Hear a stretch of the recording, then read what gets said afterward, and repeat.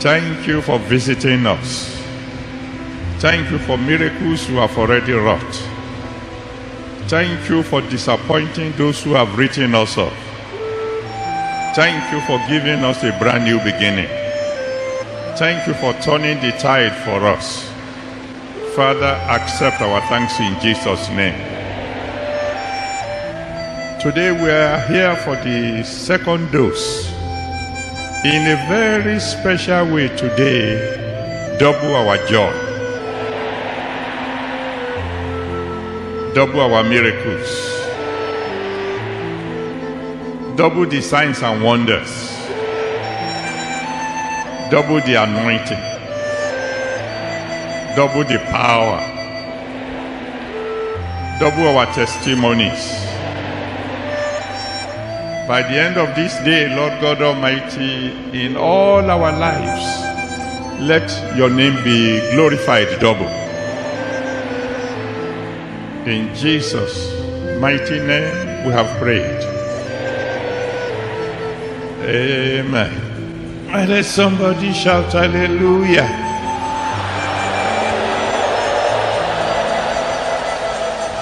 I shake hands with one or two people, prophesy to them and say, your joy will be doubled today.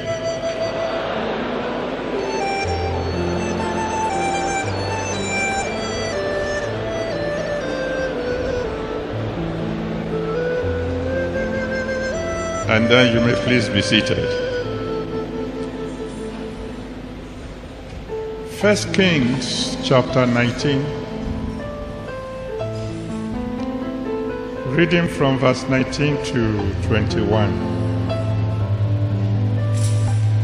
1 Kings chapter 19 from verse 19 to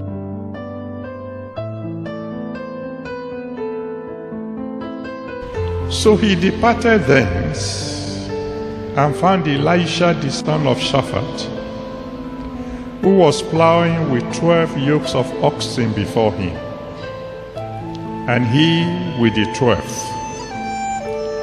And Elijah passed by him and cast his mantle upon him. And he left the oxen and ran after Elijah and said, Let me, I pray thee, kiss my father and my mother, and then I will follow thee. And he said unto him, Go back again, for what have I done to thee? And he returned back from him, and took a yoke of oxen, and slew them, and boiled their flesh with the instruments of the oxen, and gave unto the people, and they did eat.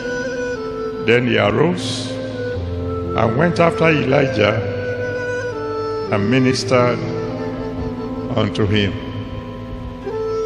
Somebody is going to have a divine visitation today.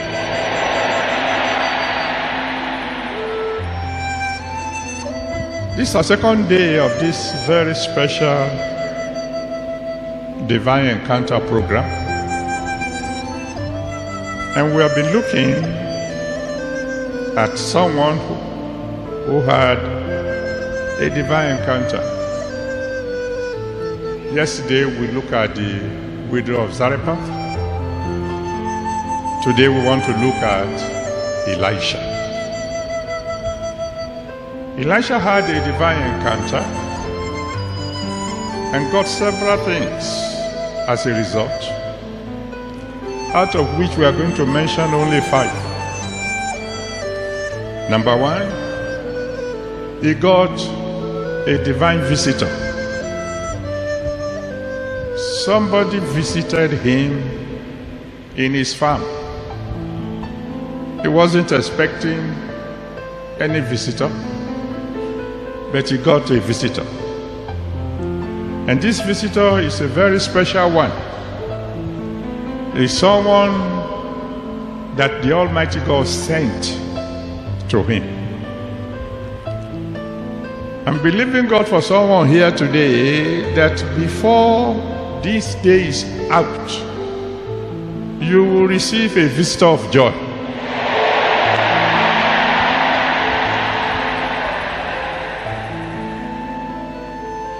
When he woke up that morning, he wasn't expecting a visitor.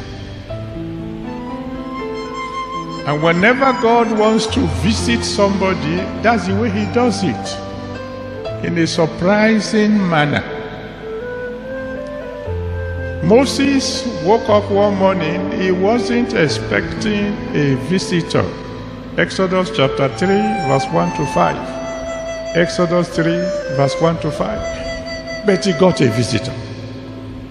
God paid him a visit. He suddenly saw a bush burning, and the bush was not consumed.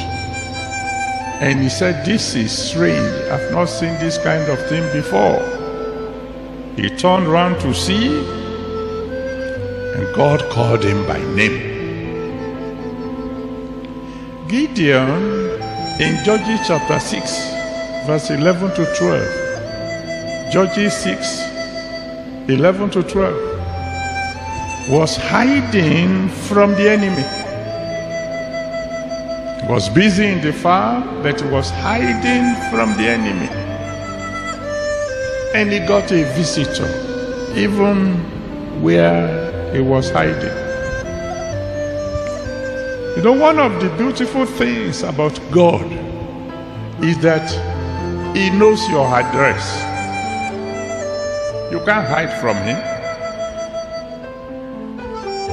When he was sending a messenger to Saul of Tarsus, he told the fellow he was sending, "I want you to go to this particular street, and when you get there, ask for the house of a particular man, and when you get to that house, ask for a man called Saul, born in Tarsus."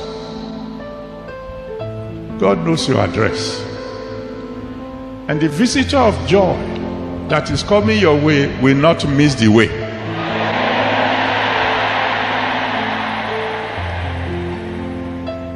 In 1 Samuel 16, verse 11 to 13, 1 Samuel 16, verse 11 to 13, David was in the bush taking care of his father's sheep. But the Almighty God knew where he was. There were some people who gathered together in the house, expecting to receive the miracle. But the Almighty God said, "Yes, Samuel has come to this house, but he has come to this house for one particular person. And we are not going to sit down until we bring that fellow." Deep within me, I know God arranged this meeting because of one particular person. And it doesn't matter where you are seated.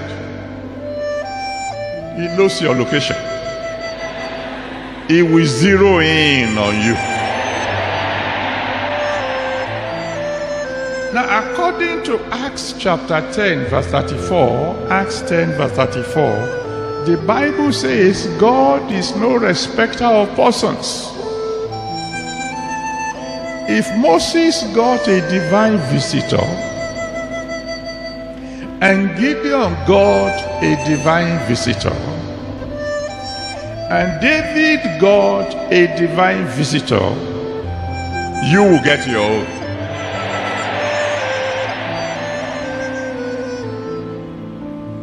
Before I ask you to pray the first prayer, I just want to remind you, those of you who have heard the story before, those of you who have not heard it, you will hear it for the first time, of the story of a woman happily married to her husband, but the mother-in-law didn't like her. One day, the mother-in-law was returning from the market. The young wife ran to meet the mother-in-law to welcome her, and the mother-in-law took a loaf of bread, and gave it to her and said, "Eat this one and use it to block your womb." The young wife said, what kind of joke is this? But stupidly, she ate the bread. And from that day on, she stopped menstruating. which means, of course, she remained barren. But then one day her day came, and your day will come today.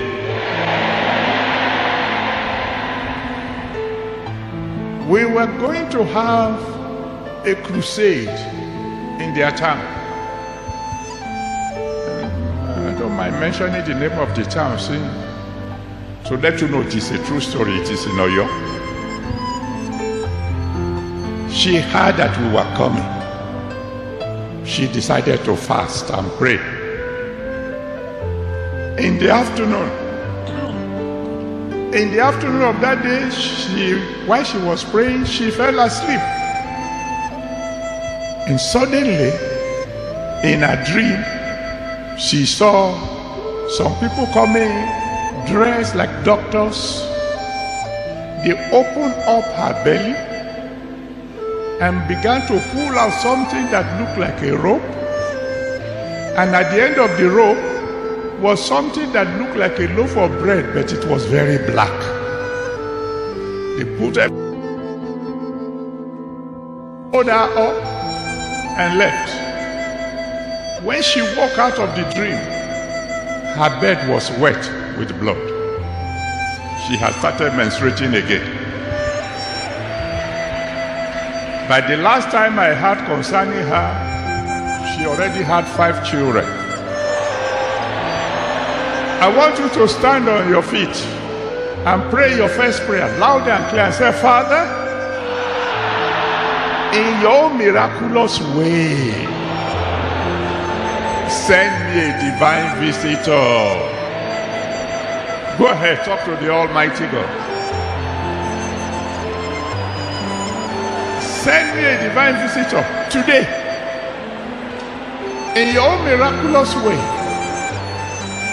I don't know how you are going to do it, but send me a divine visitor. I need a divine visitor today. Send me a divine visitor. I need a divine visitor today. In your miraculous way, send me a divine visitor. Send me a divine visitor. I need a divine visitor today. I need a divine visitor today.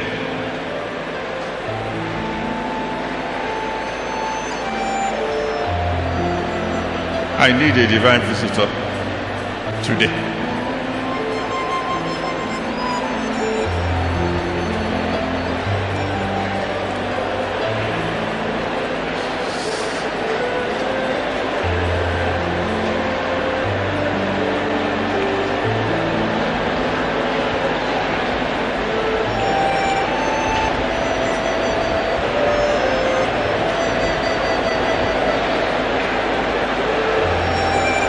I need a divine visitor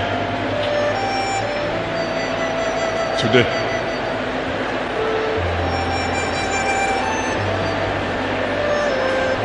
I need a divine visitor today. Oh yes, Lord, I need a divine visitor. This very day, I must have a divine visitor. I must have a divine visitor from heaven.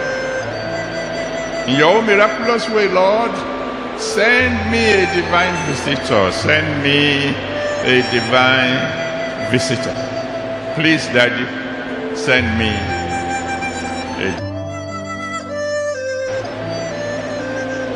a divine visitor.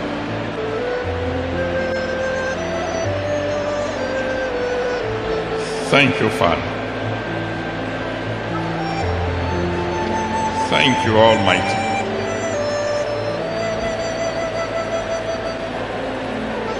Thank you, Almighty God. Send me a divine visitor today.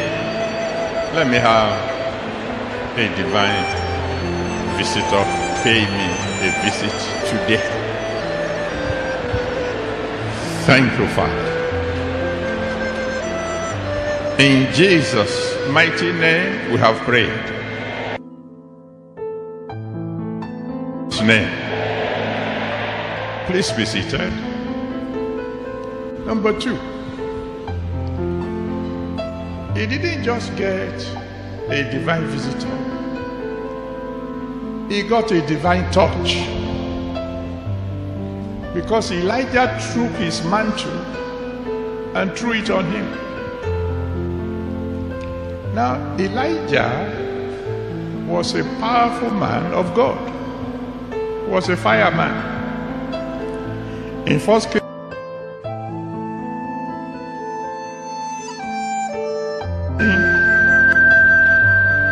36 to 39, he called fire down from heaven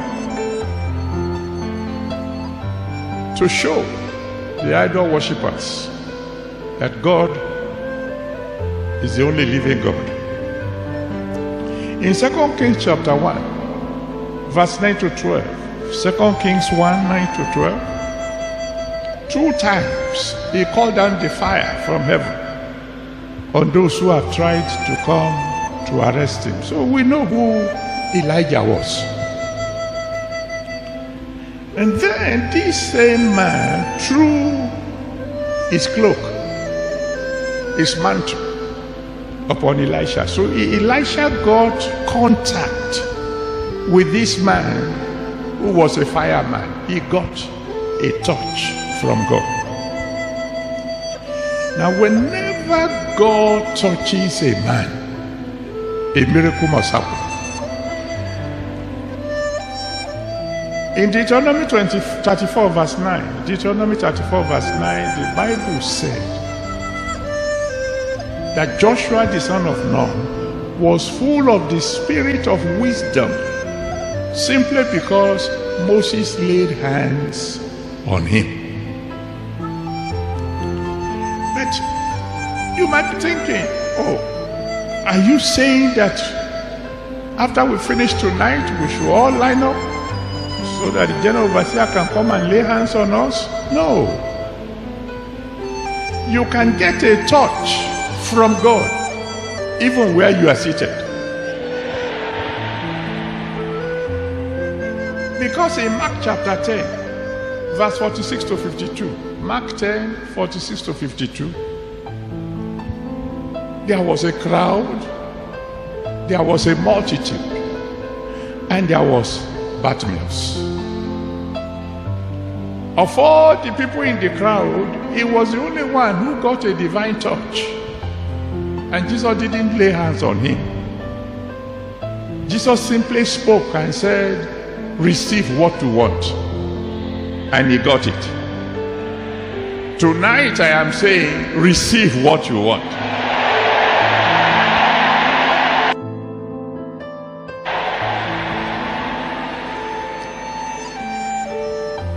Some of you will remember this story.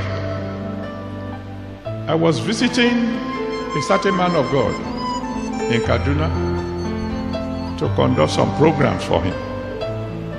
When I finished, he asked me to go and wait in his office while he would be attending to some people. And he puts a man at the door to make sure that I will not be disturbed. But very soon I began to hear through the door an argument between a woman and this man. The woman said, I want to see the pastor.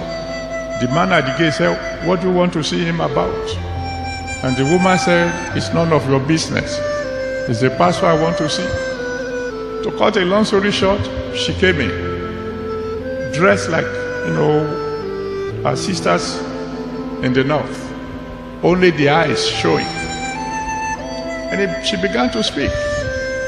Sir, I've come to you because, number one, you don't live here, so I know you are going. Number two, I've not heard anybody speak about God the way you have spoken about him today, and so my faith has risen. So I said, okay, so what's the problem? She removed her dress, the covering, the headgear, and I saw that she was a leper. Terrible disfiguration all over her face. So I shrank back. What are you doing here? why didn't you go to the hospital? She said, if I go to the hospital, they will send me to the leper colony. Who will look after my children? Why didn't you ask the people here to pray for you? He said, hey, I told you. The reason I'm telling you is that even if you pray and nothing happens, you will not be here next week. But if I ask the people here to pray for me, when they see me coming next week, they will say, here comes the leper. I know you are not going to be here next week, and I heard you talk about God, and my faith is risen. Pray for me. I prayed for her. I can assure you, I didn't touch her. Some months later, I was back in the same church. As I was coming out of the car, there was this beautiful woman coming towards me, smiling broadly, saying, sir, do you remember me? I said, no, ma. He said, I was the leper, but your God touched me. Stand on your feet. Lift your voice to the Almighty God and say, Father, give me a divine touch today. Open your mouth and cry to the Almighty God. Father, give me a divine touch today. Give me a divine touch today.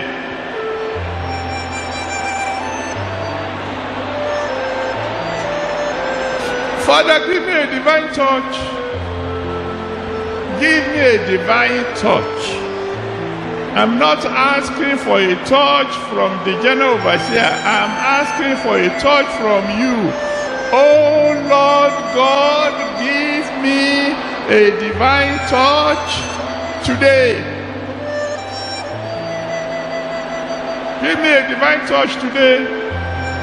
Almighty God, give me a divine touch today. Please give me a divine touch, a touch directly from heaven. Lord, give me a divine touch today.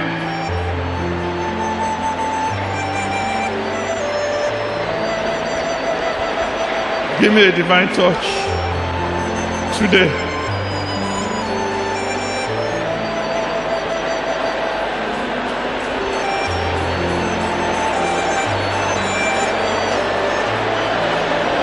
Give me a divine touch today.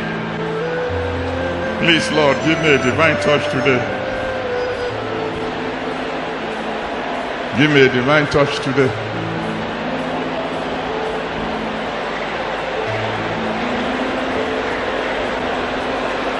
Give me a divine touch today.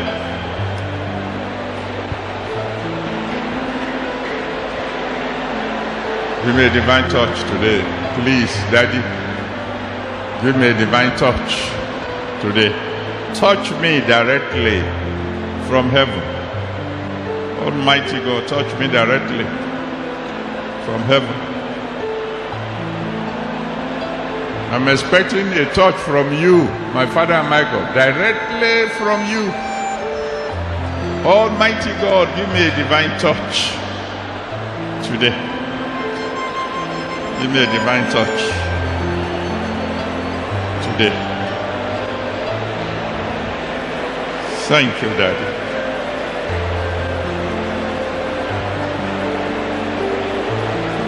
Thank you, Daddy. Give me a divine touch today. Give me a divine touch today.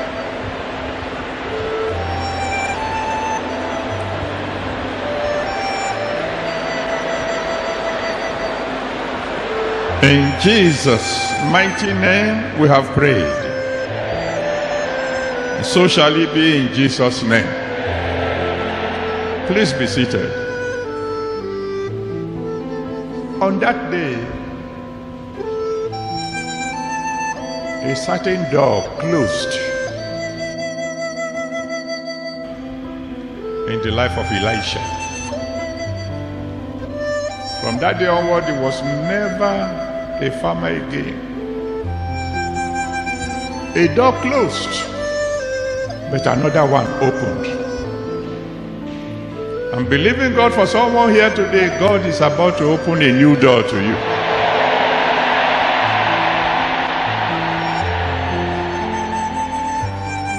By the time you read from Exodus chapter 3, and you come to Exodus chapter 4, by the time you get to Exodus chapter 4, verse 20, you will discover that the day Moses had an encounter with God, a door closed in his life.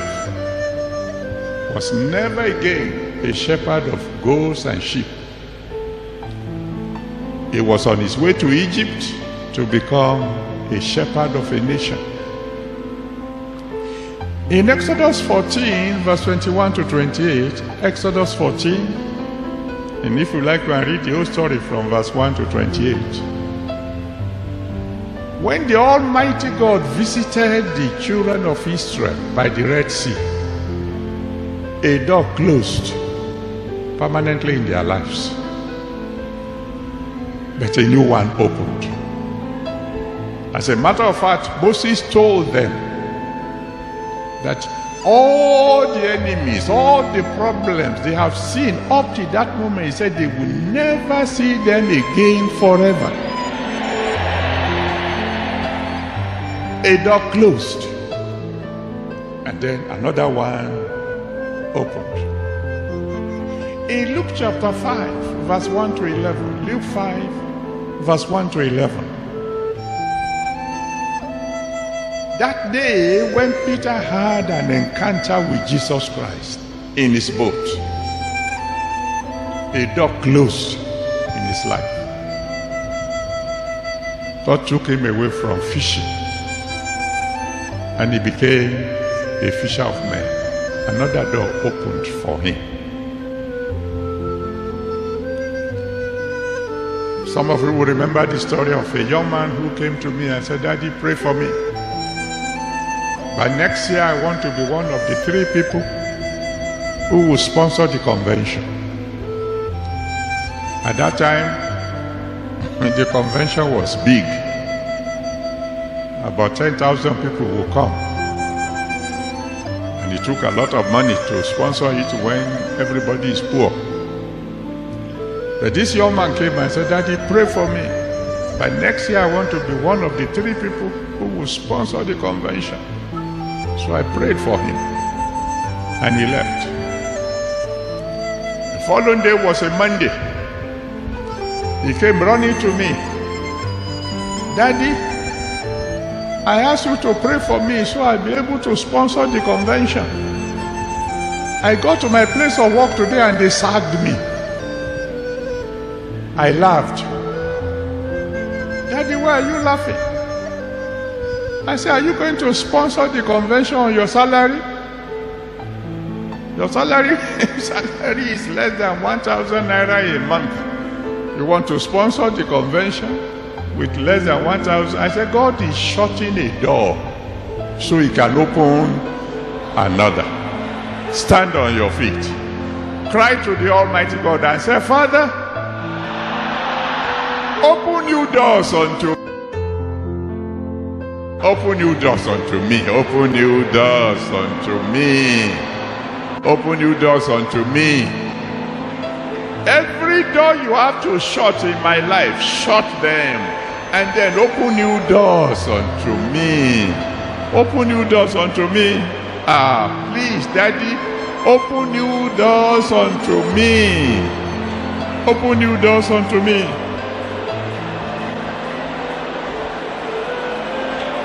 Open new doors unto me. Open new doors unto me, Almighty God. Mighty doors. Great doors.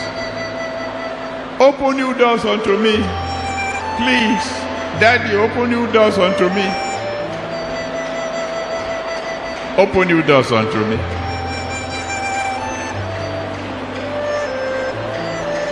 Open new doors unto me. Lord God Almighty, open new doors unto me. Open new doors unto me. Open new doors unto me. Open new doors unto me. Please, Lord, open new doors unto me.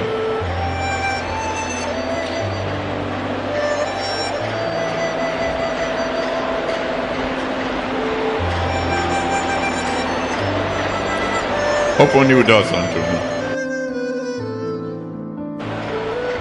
Oh, yes, Father, please, open new doors unto me. Open new doors unto me.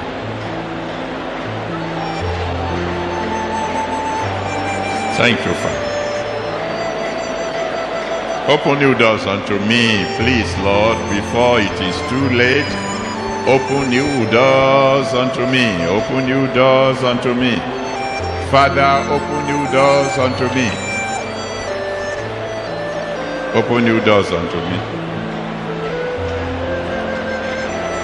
Thank you, Almighty. Glory be to your holy name. In Jesus' mighty name we have prayed. And so shall it be in Jesus' name. Please be seated. That day when Elisha had that divine encounter, number 4, he began his journey into his destiny.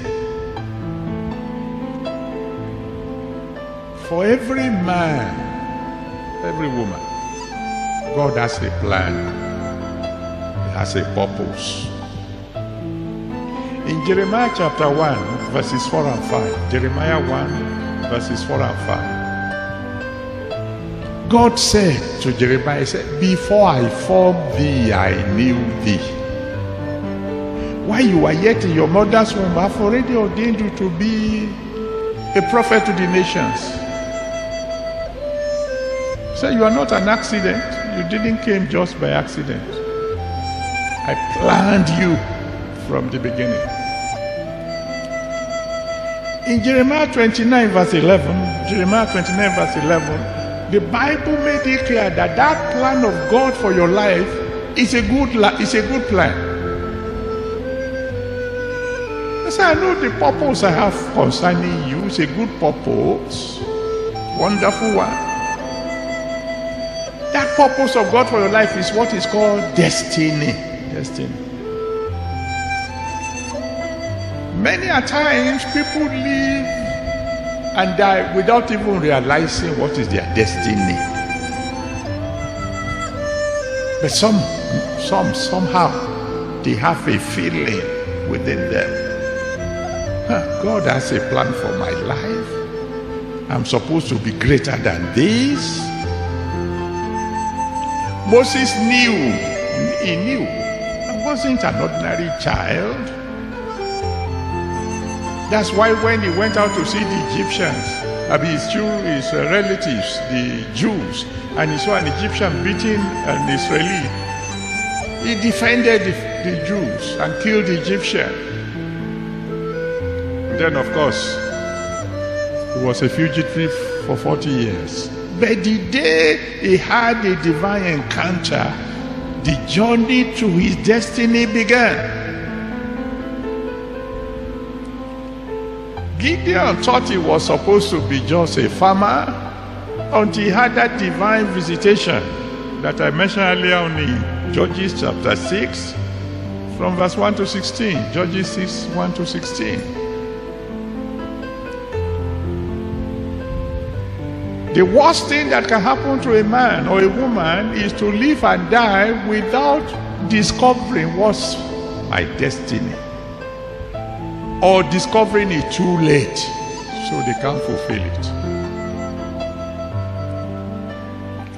And when God is interested in you, he has a way of blocking any move that will take you away from your destiny.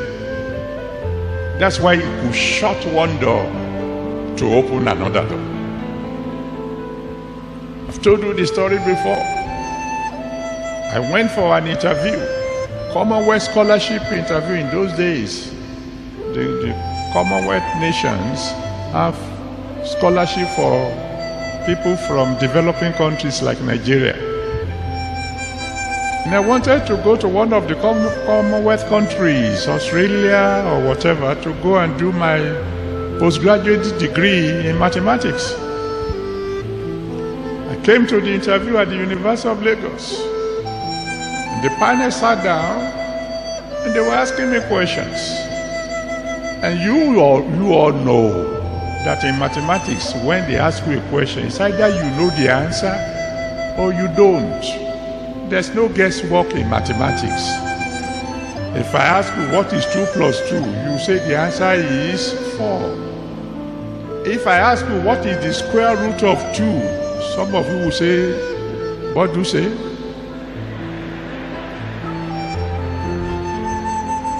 I didn't even know that 2 has a root, whether square or round.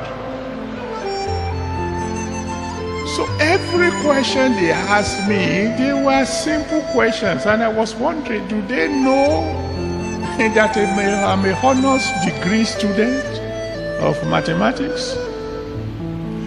But when they finished asking the question, and I was already confident that I've got this one, there was a man among the panel who was fast asleep all the time. So they woke him up to say, "Sir, I feel a question for this young man." He said, "Oh yes." He said, "Where is Entebbe?"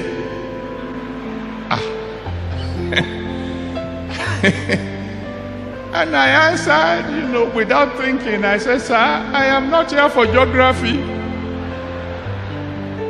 So everybody laughed. But the man was the chairman. So I had made him look ridiculous. So of course, I lost the scholarship. But as I was coming out, I met somebody who was my lecturer at Nsukka. And he said, "Enoch, what are you here for?" I said, "I've come for an interview." "What interview?" "I want to go for further studies abroad." He said, You don't have to go anywhere. Come over to Lagos. I will supervise you." That's how I ended up at the University of Lagos. That's how I got born again.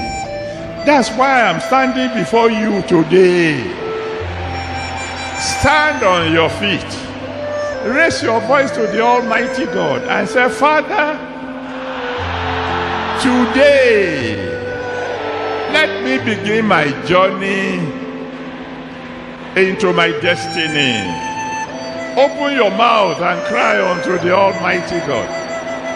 Today, Almighty God, let me begin my journey. You have shut some doors. You have opened a new door. Let me begin my journey into my destiny. Help me, O Lord. Help me, O Lord. Let me begin my journey into my destiny. Let me begin my journey into my destiny. Let me begin my journey into my destiny. Oh, Father, let me begin my journey into my destiny. Today. Let me begin my journey into my destiny, please, Daddy. As a result of this divine encounter, let me begin my journey into my destiny. Let me begin my journey into my destiny. Let me begin my journey.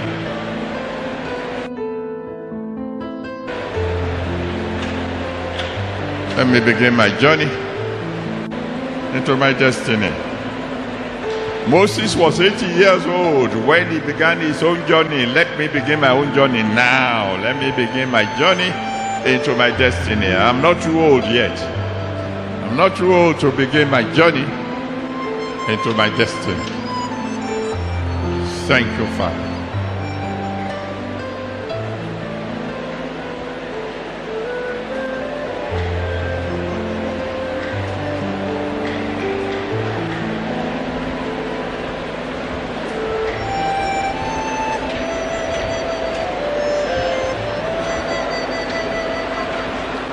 In Jesus' mighty name we have prayed.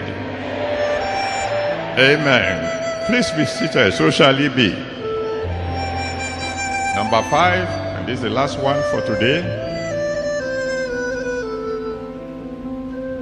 From that day onward, Elisha had a change of levels. He woke up a farmer. He went to bed a potential prophet. In John chapter 5, verse 2 to 9, John 5, verse 2 to 9, it tells us the story of the pool at Bethesda.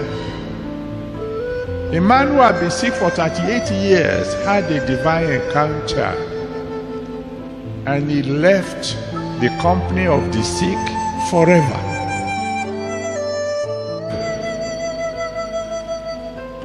In 2 Kings chapter 4, verse 1 to 7, 2 Kings chapter 4, verse 1 to 7, that widow of one of the sons of the prophets who was heavily in debt had a divine encounter. Not only was she able to pay her debt, she never borrowed again. She left the level of the poor forever. In Exodus chapter 12, from verse 30 to 36, Exodus 12, verse 30 to 36, the children of Israel had a divine encounter just one night.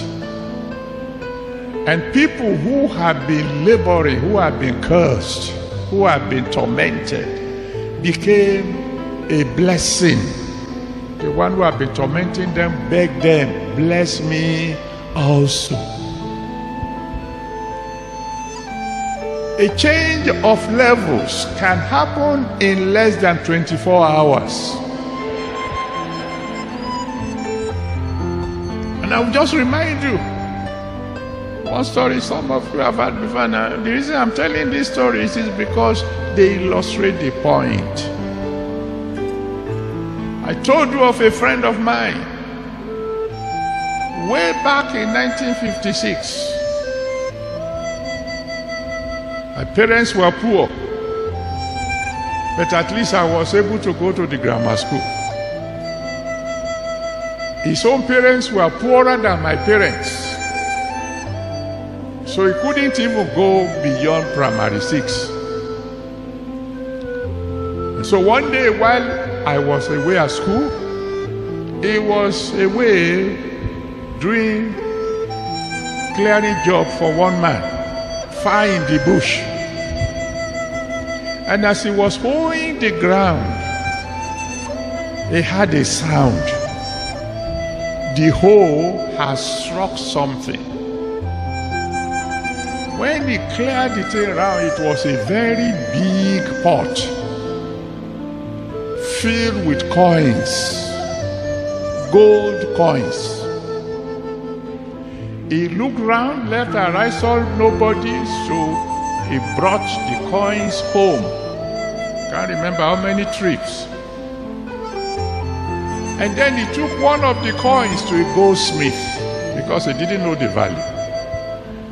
The goldsmith looked at the thing and said, where do you get this one from? He said, do you want to buy that one? I said, yes. And the goldsmith mentioned the price. My friend was so surprised. He said, ha! The goldsmith thought he was saying the price was too low. So he said, okay, I will pay you double. And my friend said, And the goldsmith said, all right, all right. To cut a long story short, he paid him 5 times what he promised for one. And asked him, do you have more? Less than 24 hours, my friend became extremely rich. And within weeks, I never saw him again because levels have changed. Stand on your feet. Cry to the Almighty God and say, Father, My level must change this year. Oh yes, my levels must change this year. Physically, my levels must change. Materially, my levels must change. Spiritually, my levels must change. My levels must change this year. Almighty God, my levels must change.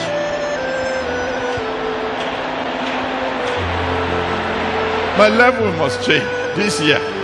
Almighty God, my levels must change this year. My levels must change this year. Almighty God, my levels must change this year. My levels must change this year. My levels must change this year. Oh yes, Lord. My levels must change this year. Lord, Almighty God, in your miraculous way, my levels must change this year. Physically, my levels must change. Materially, my levels must change. Spiritually, my levels must change. My levels must change this year. My levels must change this year. My shadow must begin to heal. My shadow must begin to raise the dead. My levels must change this year. Spiritually, my levels must change this year. Materially, my levels must change this year.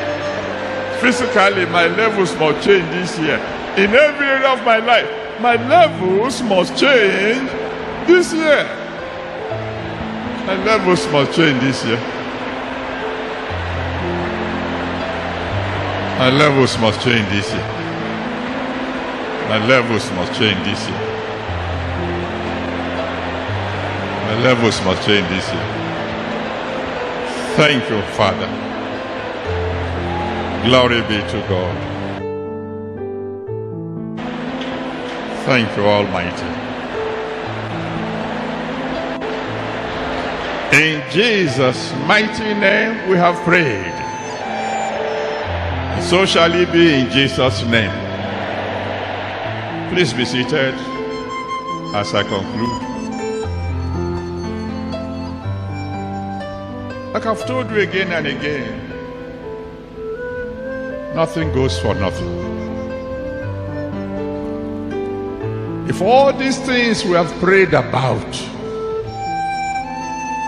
are to come to pass speedily, from the story of this Elisha fellow, we have things to learn, things God requires from us. Number one, we must be ready for total surrender. That day, Elisha surrendered all and began to follow Elijah. Total surrender, complete and absolute surrender. This idea of one leg in Christ, one leg in the world must end. Total surrender. We must be able to say, like David said in Psalm 31 verse 15, Psalm 31 verse 15, my times are in your hands, O Lord. I surrender all. Commit my future completely into your hands. That's what Elisha did. We must be ready to serve God and his servant wholeheartedly. That's what Elisha did. Matthew chapter 10 verse 41. Matthew 10 verse 41 says, if you receive a prophet in the name of the prophet, you will get a prophet's reward.